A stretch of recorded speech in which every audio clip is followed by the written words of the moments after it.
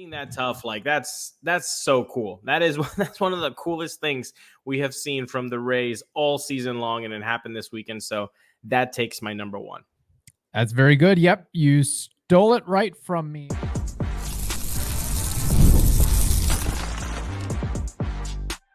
You are Locked On Rays, your daily Tampa Bay Rays podcast, part of the Locked On Podcast Network, your team every day. Welcome to Locked On Rays, your daily podcast covering everything Tampa Bay Rays, from game analysis to player interviews. We've got you covered with all the latest news and insights. My name is Kevin Weiss. I'm Ulises Sambrano, bringing you expert analysis and passionate discussions about our beloved Rays. Whether you're a diehard fan who vividly remembers Longo's Game 162 just like us, or you remember the early Devil Ray days of Wade Boggs or Carl Crawford, we are here to break down every play, every trade, and every milestone. In fact, this is our 6th season covering the Rays daily. And every season they've gone to the playoffs. 2024, not so much, but there's still Rays baseball to be had. So grab your favorite Tampa Bay gear, settle in, subscribe to our Locked On Rays YouTube channel and other podcast platforms. You can also find us on X and Instagram at Locked On Rays. Today's episode is brought to you by FanDuel. Now through September 22nd, all FanDuel customers can bet only $5 and get a 3-week free trial of NFL Sunday Ticket from YouTube and YouTube TV. Visit FanDuel.com to get started. Well, Ulises, we are recording here on a Monday evening after working late at our primary jobs. So do just want to give a shout out to the Rays for getting their first series win against the Orioles since August 2022. Standing ovation for the Rays, taking 2 out of 3 against the O's. Still under 500, still 4th in the AL East. I don't know whether to be impressed with this current iteration of this Rays group that went out and got a series win against the Orioles, or to be depressed with the fact that it's been so long since the Rays won a series against the Orioles. I mean, the previous 5-6 years, it was the Rays winning 15 of 18, 14 of 18, smacking the ball around, just making the Orioles look really, really bad, which they were at that time. But how the tables have turned presently, unfortunately. Unfortunately, yeah, they've been, they awoke the monster, the black and orange monster, and they have been playing really well. They've got a really great young core who is exploding at the same time. Once you understand the length of time and how much that means that you haven't won a series against a particular team in your own division. I mean, we had known that the Orioles had been dominant over the Rays, but when you look at the date, you're like, oh, it's been real. Like, I was gaslighting myself. Like, oh no, it's been a little bit. It hasn't been. No. It had been a minute. It had been a long minute. So good to see the boys come out, and they had a really complete game on Saturday. Finished it off on Sunday.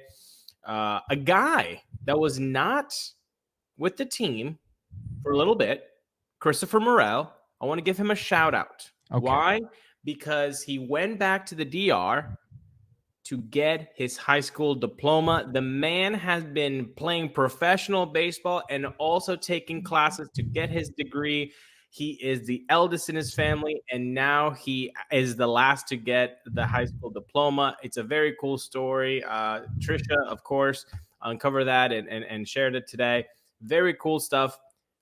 I had a couple of classes with an awesome baseball player who is incredible. And it's so cool when you see those stories when, these guys, they don't have to do it, but then there's something in them that goes like, no. I want this for me, for myself, for my family, and I'm going to do the extra work to do it. And so really cool, Christopher Morel.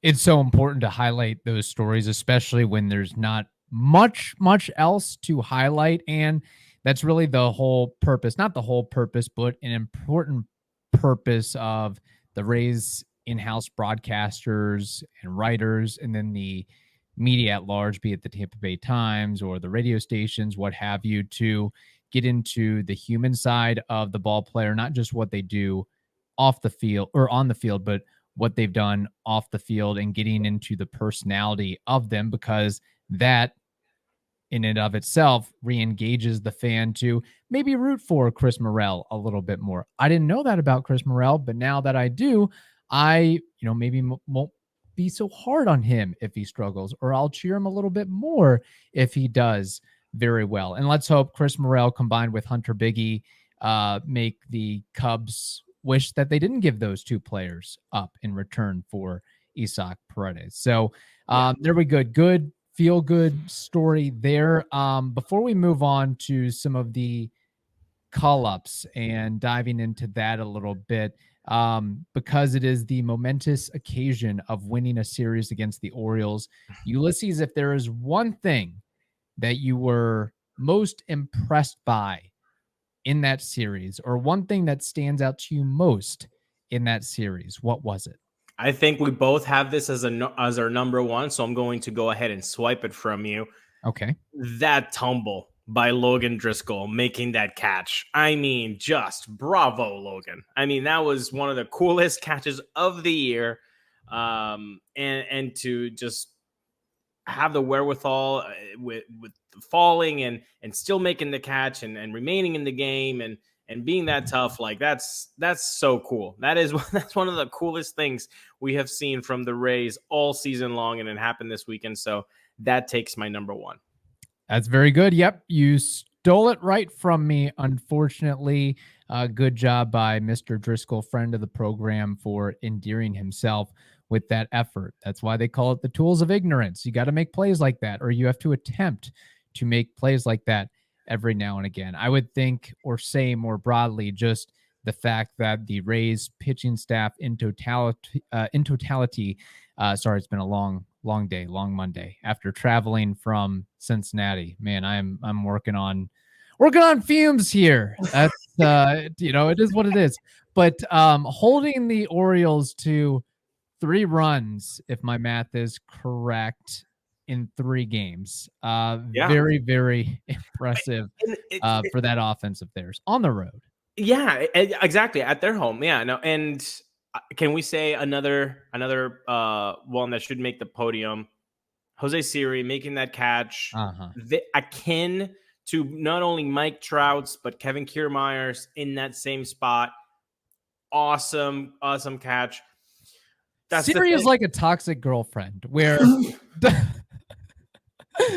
does so much to make you upset and tick you off, but there's that one moment, that one play, that one action that's like, can I really let him go? Yeah, he's got toxic significance other vibes. It's the Pacino line, right? Like, just when I was out, they pull me back in. That's Jose Siri for you, and that's why he's a frustrating player to watch. I know some people they always see everything great, and they love everything about Siri.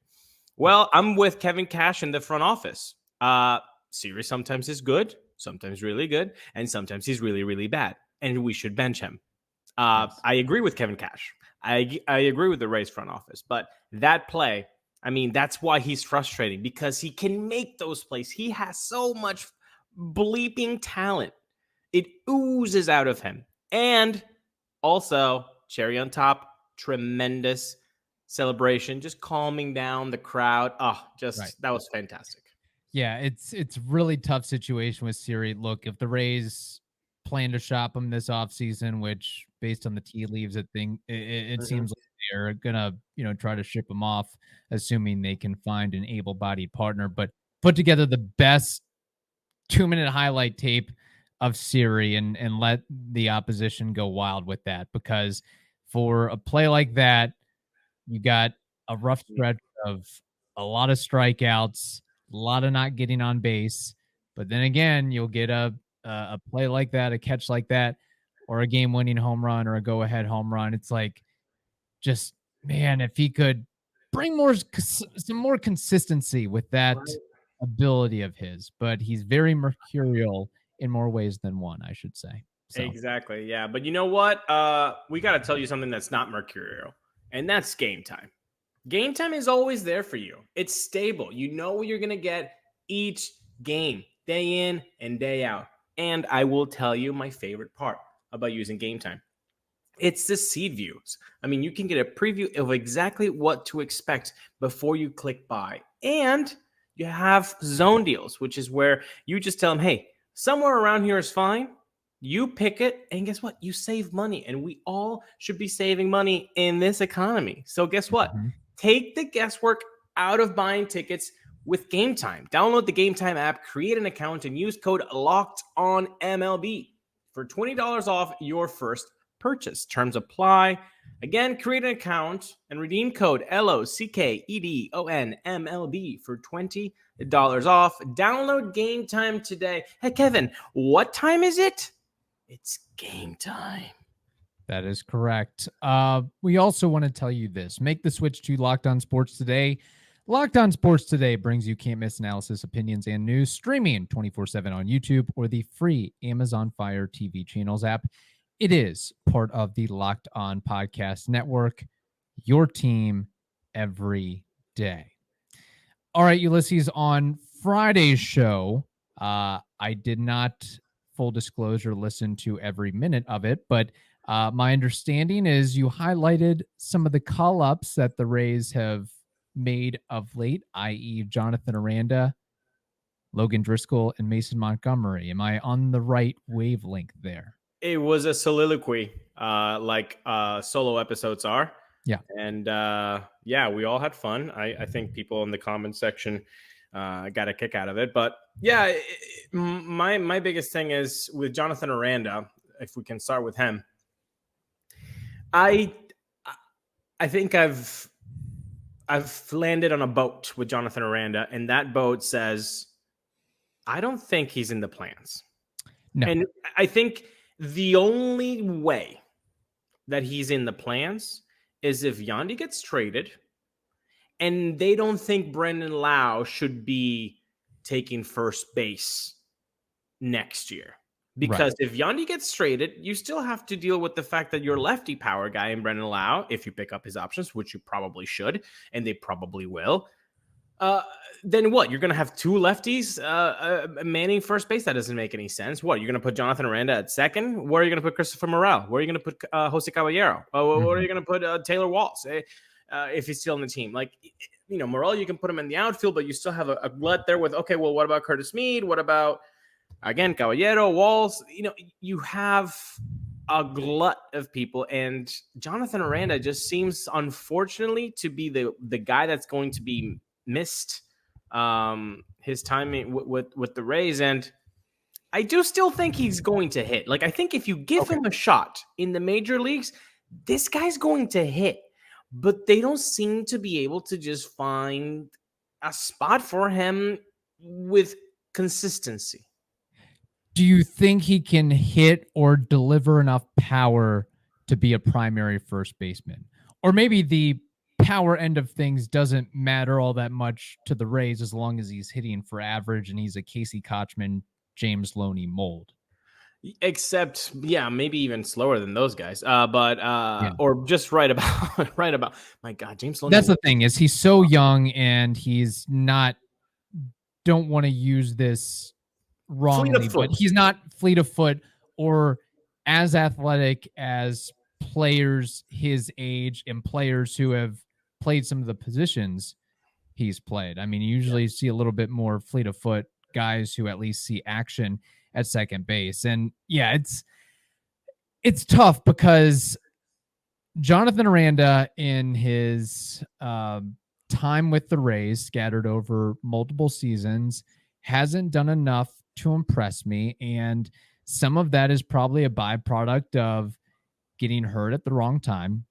He was supposed to break out this year, and then you have the finger sprain, and then you have the oblique strain, and you got a lot of things going on. And I really, if there's one thing I'm asking from a player, is when you get that call up, do and show everything that you really, really, really want to belong. That means every grounder, every line drive, every pop-up. I want you hustling. I want to see hustle and effort. And I feel like there's at times during the Aranda experience, we haven't seen that.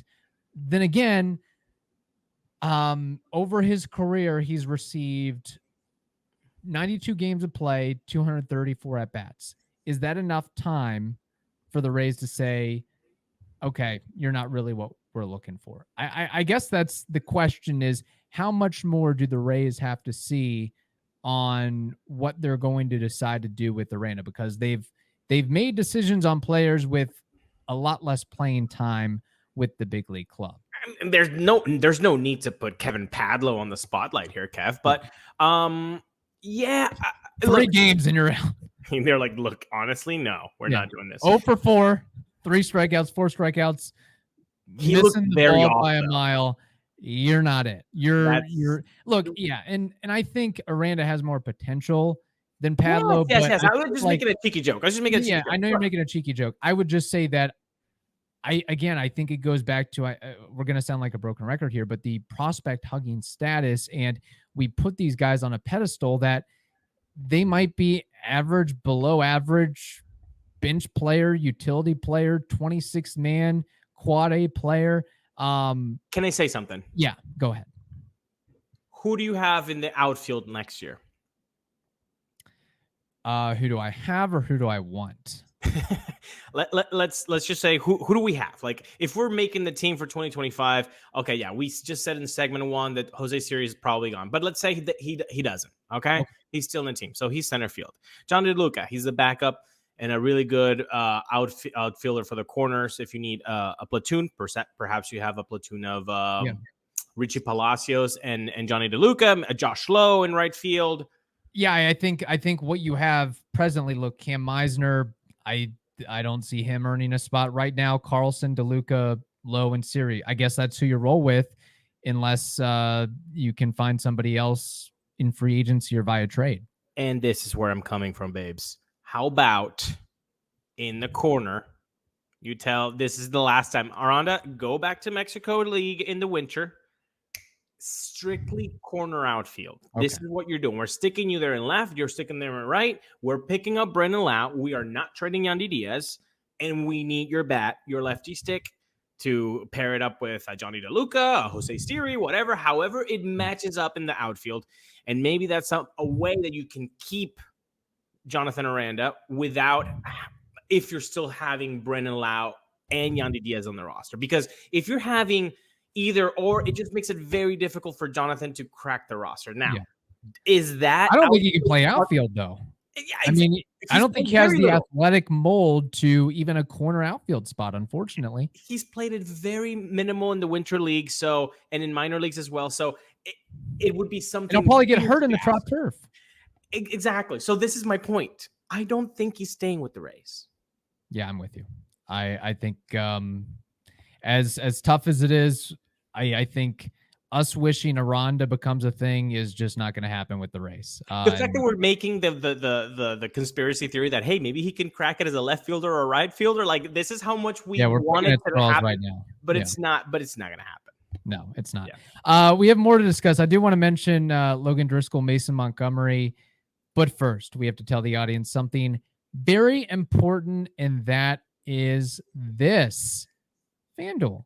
You've heard us talk a lot about FanDuel. It is America's #1 sportsbook, and we have something a little different for you. Now, through September 22nd, all FanDuel customers can bet $5 and get a 3-week free trial of NFL Sunday Ticket from YouTube and YouTube TV. And let me tell you, I have indulged in the NFL Sunday Ticket experience on YouTube TV, and it is well worth utilizing this FanDuel code because I was able to watch my Indianapolis Colts for the first time in a very long time, even though they lost. But just want to throw that out there. Also, with a YouTube TV base plan, you'll be able to watch every regular season Sunday afternoon at a market game. All you need is a Google account and a current form of payment, and you can cancel anytime. Just visit FanDuel.com and download America's #1 sportsbook. So good. I'll repeat it one more time. Just visit FanDuel.com and download America's #1 sportsbook. We also want to tell you this. You can catch every pitch of the Rays hometown broadcast with SiriusXM. Just download the SXM app and search Rays. Also, bookmark si.com/MLB/Rays for written content about your Tampa Bay Rays. All right, the Aranda question out. Don't think he's going to be part of the long-term plans, but hey, maybe if he goes nuts in September, it makes the question a little bit more difficult, but we'll see. Or, hey, you get something better in the trade value. That'd be nice. Yeah, I think that's what the Rays are playing for. Hey, ham it up this month, go crazy, and then we can, maybe get you off. Maybe get 2 bag of baseballs instead of 1. Maybe that's the thing there. Logan Driscoll. We are huge Logan Driscoll fans on this program. I think the Rays also think very highly of him. If you hear some of the comments from Jeffrey Springs, now injured, and Drew Rasmussen on working with him in rehab assignments and in the real life environment, he gets a lot of high marks across the board. And as we noted, sacrificing his body to make a play on the road. And anything is better than Alex Jackson, who got DFA'd. Yep. 99.999% of Rays fans got their wish. And that 0.0001% of Rays fans not getting their wish is our buddy Evan Klosky trying to make the argument that the Rays wouldn't be that much worse without Alex Jackson than with Alex Jackson. You know what? Let's have some fun. Maybe we can poke a fun with him tomorrow when we have him on the show for Wednesday, Thursday. Who knows? Behind the curtain. Yeah, we plan to have him on later this week. So conspiracy theory here. I guess the idea with waiting to DFA Alex Jackson was, hey, let's just give Driscoll more time in the minors, as much time to soak up anything and everything before we call him up and hopefully keep him up for a long period of time and maybe some punishment for Rene Pinto, but not, call him up prematurely, I guess, because now that Jackson is no longer going to be a part of this organization, hopefully Logan Driscoll will be the guy that can earn the job in tandem with Ben Rortvedt in 2025.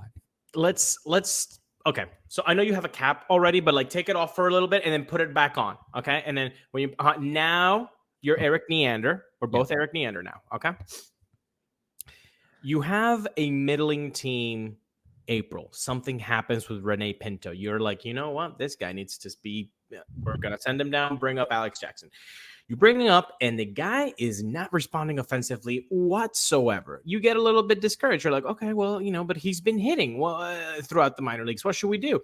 And let's keep him up. Oh, well, the pitchers like him, so we can do that. Oh, we like what he does behind the dish. Let's keep him. And then he keeps not producing at the plate, and you're thinking, okay, well, what do we do? Do we DFA him in June? Do we in July? When this team that we've put together, nobody else put it for us, we put it together, is not succeeding. Why don't we just let it roll? Maybe somehow Jackson figures it out. He becomes a tremendous offensive producer like he has in the minors, somehow, some way. Let's give him the chance. And we're also doing it because it's a bad season and we're not going to go anywhere. And Driscoll can get the last squeeze out of minor league baseball before we DFA Jackson. And then now we tell Driscoll, hey, go nuts. You don't have to, go crazy for playing time. There's only 2 of you guys. There's no 3. It's just 2 of you guys. This is what we're going to do. And we're looking, and depending on what you do, you can be looked up in the future for 2025. Like right now, Logan Driscoll has a tremendous opportunity to cement himself as a great opportunity for that duo. Now, do you buy into this theory? I do to some extent. Now, I guess the question is out there of, could the tandem be Driscoll and Rortvedt in 2025? And the argument against it, I suppose, is that they're both lefty hitters, even though 75% of the pitchers you are going to face are righties. And it's not like, look, catching these days is more of a defensive oriented position. First and foremost is the communication with the staff, the pitch calling, the framing, the blocking pitches, throwing out runners. it's a defensive oriented position, and whatever you can get with offense is a cookie on top. Now I'm talking more than a 123 batting average like Alex Jackson, something that hadn't been seen since 1910 and 1912. But I think if Driscoll can be league average, slightly below average, but get high marks for everything else, the defensive part of the game, I think he's golden. I think it's okay. Look, it's not the most sexiest catching duo, but I think it can hold fort, assuming that some of the other positions hit their weight in 2025 and beyond. Pause. You said since 1912? 1910 and 1912. 1912. He had the lowest batting average for a player with at least 150 plate appearances in any season since 1900. So that's crazy. 1900, McKinley got shot, the president of the U.S., and in 1912, the Titanic sank, and it was 2 years before World War I got started. Yeah, that's how long it's been. That's how long it's been, according to the internets and other reporters out there. That's and insane. The fact that he stayed on the roster this long. That's insane. Is wild. First question to Neander. Show me the receipts of why he was amazing behind the dish. Let me learn, please. Right. Please, Neander, teach me, please, about the defensive worth of Alex Jackson that got him to be so long in the roster. Please, Eric. Yeah. I'm asking you on YouTube, and if you're not on YouTube, we have Eric Neander right now on the line, and he's saying it feels good to subscribe. I think maybe Alex Jackson had some blackmail or something. That's really the only reasoning for it. But no, all kidding aside, we hope Driscoll is very successful. And what we've seen in this small stint here is he looks like he belongs. The moment isn't too big for him. Saw that play over the weekend, and hitting the ball a little bit as well. Look, he's not going to be, I don't see him as an all-star catcher. I see him as a quality backup catcher for a long time, which is something that is needed. I would like to think that the Rays could go out in the offseason and find a bigger, more reputable name to pair with Driscoll or Rortvedt. But for right now, just play out the string. Let's play out. Let this guy get reps and see what he can do. I will say he could be the next Stephen Vogt. He could be the Robinson Chirinos. He could be the John Jay, so that you let go. Like, just let it. This season, we're not doing anything as a fandom. Let us watch Logan Driscoll. And little sample side with that. I do like his swing.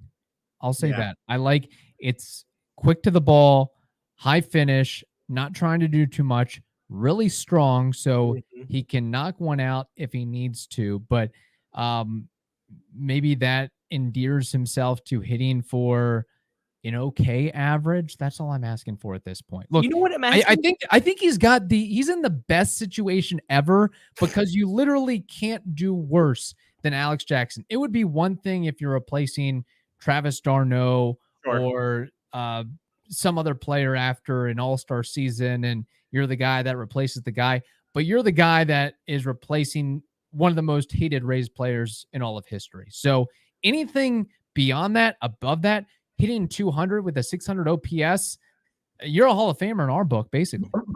First of all, franchise history-wise, catching has never been a strength. So if you're this is what I said on Friday. All I need from Logan Driscoll / basically any catcher is when you come up to the plate, offensively speaking. Defensively, hey, go kill it out there, fam. You do your thing. Yeah. We as a fandom, we don't know the relationship that you have with your pitchers unless the pitcher tells us, unless a coach tells us. But we don't know that relationship. That's between them two. But offensively, we can see that. All I need from a catcher, and in this case, it's Logan Driscoll, when he comes to the plate, I don't want to lose 1,000% of my hope that something good is going to happen. Yeah. All I need from a catcher when he comes to bat is like, hey, something nice could happen. It doesn't happen all the time, but something nice could happen. Hey, maybe this one. That's all you need from your catcher offensively. That's all you need is like, hey, I've not lost all my hope. Yes, Which no, was I'm the with you. case with Yeah. somebody that hadn't hit that low since that Titanic sank. Basically, barely had automotive vehicles. I guess we're still doing horse and buggies almost. Some people. Yeah, Some parts. was it the Model T was a Model thing? T. There we go. That's it. Thank you, Ford. Yeah. So, congrats to Logan Driscoll. I know Ulises you mentioned on Friday, but just wanted to reiterate that there. And then Mason Montgomery. I'm kind of liking the Mason Montgomery experience combined with the Hunter Biggie experience. You're talking about two power arms from the left and right side who could really forge that bullpen going forward. And Mason Montgomery already, lighted it up with the radar gun, but the slider of his to righties. Oh my gosh! Again, And to writers too. Maybe some writers. righties right. Yeah. Throw some sliders to Mark Topkins. See what happens. But power arm, a guy who I guess was a little bit under the radar when you talk about all the other prospects that we've talked about. How many prospects have we talked about before we actually get to Mason Montgomery? It just seems like he sort of gets forgotten, lost in the fat a little bit with that. But if he can deliver with the big league club, I'm all for it. Just like all relievers and all pitchers, he's got to be able to throw strikes and get batters out. He can't be wild and wacky. So, I think it's kind of refreshing in a sense of, well, it sucks that the Rays aren't going to make the playoffs, but that it's like, just call up guys, see if they can handle the heat, September see if they can handle baby. the pressure, and see who you're riding with in 2025 and beyond. Exactly. I'm all for it. That's what it's about. Seeing some young players, seeing some players you've never seen before, seeing their talent level, see how they mesh with the present staff, and maybe they're part of the future, maybe they're not. And I think Mason Montgomery is a part of the future. I think Logan Driscoll is a part of the future. Jonathan Aranda, I don't think is part of the future. He was one time, but not anymore. Not anymore. That's it. So, all right. Yeah. So, last thing, do the Rays have a chance? If the Rays won every single game before the end of the year, would they make the playoffs? Yeah, sure, bud. Okay. Yeah, it could happen. Hey, they went what, 13-0 once. They went 13-0. Yeah. Oh, exactly. Man. All right. There we go. Yeah. All right. So just wanted to recap some of the happenings on the field with the Rays. I know we've done a lot of interviews, which people have enjoyed. If you've not checked out our interview with the Montgomery Biscuits broadcaster, Jack Sadagan, that is a really good listen, talking about Carson Williams, Xavier Isaac, all those dudes. Great job on that, by the way. Great job on that interview. Thank you, sir. I appreciate it. Yeah. I consider that really my only strength is interview skills there. But tomorrow or later on this week, we'll have Evan Klosky. We'll have a mailbag episode. We'll have some other fun stuff as well. So stay tuned for that. In the meantime, hope you all have a wonderful day. Stay safe, and we will talk to you tomorrow.